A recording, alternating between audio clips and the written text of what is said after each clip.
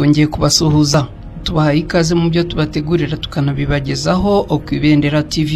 Nitwa na Christine Hirishwa, mbahaye ikaze. Uyu munsi tugiye kubagezaho bamwe mu baperezida bo muri bimwe mu bihugu bya Afurika bagiye bitaba Imana muri uyu mwaka wa 2020. Uraza gusangamo bamwe amazina yabo yagiye amenyekana cyane n'abandi ushobora kudahita usobanukirwa kubera ko bayoboye mu myaka itambutse. Ni mu kanya gato cyane nkaza atubirambura.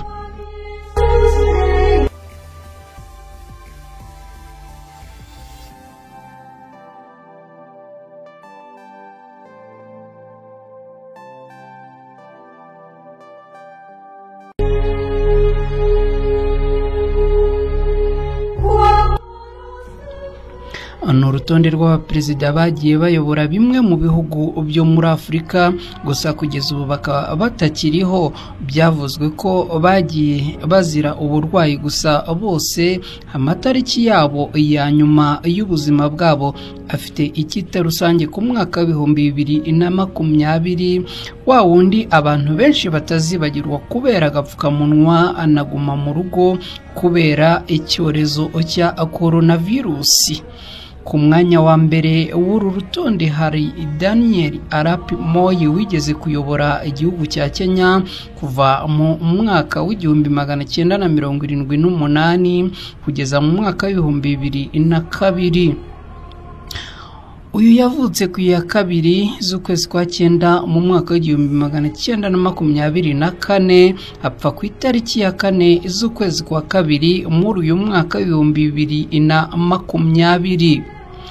Ku mwanya wa kabiri w'uru rutonde haraza Hosni Mubarak wigeze kuyobora igihugu cya Misiri, akaba yaratabarutse itariki ya 25 z'ukwezi kwa kabiri mu mwaka wa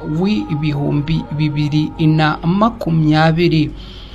Ku mwanya wa gatatu w'uru rutonde haraza Joachim Yombi Opango wigeze kuyobora Kongo itari Zaire cyangwa se RDC. Uyu akaba yarapfuye ku ya 30 z'ukwezi kwa gatatu uyu mwaka wa 2020.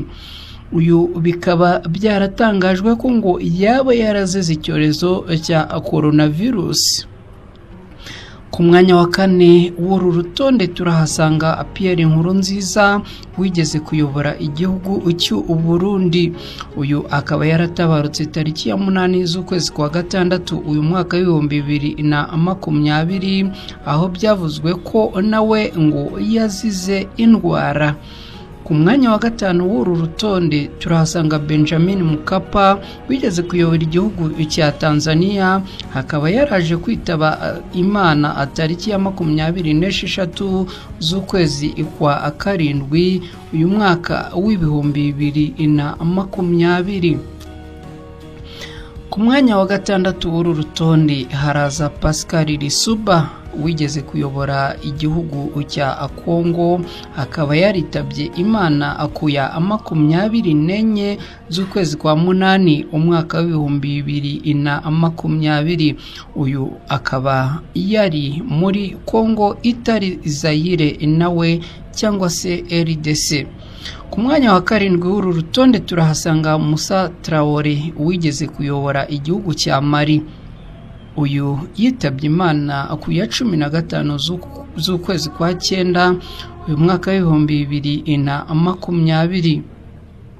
Ku mwanya wa munani w'uru rutonde haraza Amadou Toumani Touré wigeze kuyobora igihugu cya Mali, akaba yaritabye Imana tariki ya 10 z'ukwezi kwa 11 muri uyu mwaka wa 2020. Ku mwanya wa cyenda w'uru rutonde hari Jerry John Rawling wayoboye igihugu cya Ghana, akaba yaritabye Imana tariki ya 12 z'ukwezi kwa 11 uyu mwaka wa 2020. Ku mwanya wa 10 turahasanga Sidi Ouaridou Abdallah wo muri Mauritania, yitabye Imana tariki ya 23 z'ukwezi kwa 11 muri uyu mwaka wa 2020. Uyu nawe bikaba byaravuzwe ko yaba yarazize indwara. Ku mwanya wa 11 w'uru rutonde turahasanga Mamadou Tanja wigeze kuyobora igihugu cya Niger, akaba yaritabye Imana tariki ya 24 z'ukwezi kwa 11 muri uyu mwaka wa 2020. Ku mwanya wa 12 ari nawo wa nyuma w'uru rutonde twabakusanyirije rwabaye bigeze kuba abakuru bimwe mu bihugu bya Afrika bakaza kwitaba Imana, turahasanga Petero Buyoya wayoboye igihugu cy'u Burundi, akaba yitabye Imana mu ijoro ryo ku wa 17 rishyira itariki ya 18 z'uku kwezi kwa 12 muri uyu mwaka wa 2020. Ni muri uyu mwaka akaba ari mu ijoro ryakeye. Uyu ntiharamenyekana neza icyo yaba yazize, ariko bivugwa ko ngo nawe yaba yazize uburwayi. Tubibutsa ko ari urutonde rw'abigeze kuba abakuru b'ibihugu bya Afrika bakaba baraje kwitaba Imana muri uyu mwaka wa 2020. Turabibutsa kandi kubana natwe nta yindi nzira uretse gukora like, share na subscribe. Nubikora uzaba watugezeho kandi ibyo dukora uzajya ubibona bikoroheye kandi ku buntu. Nitwa na Cretin Ntirushwa ku Ibendera TV. Mugira amahoro.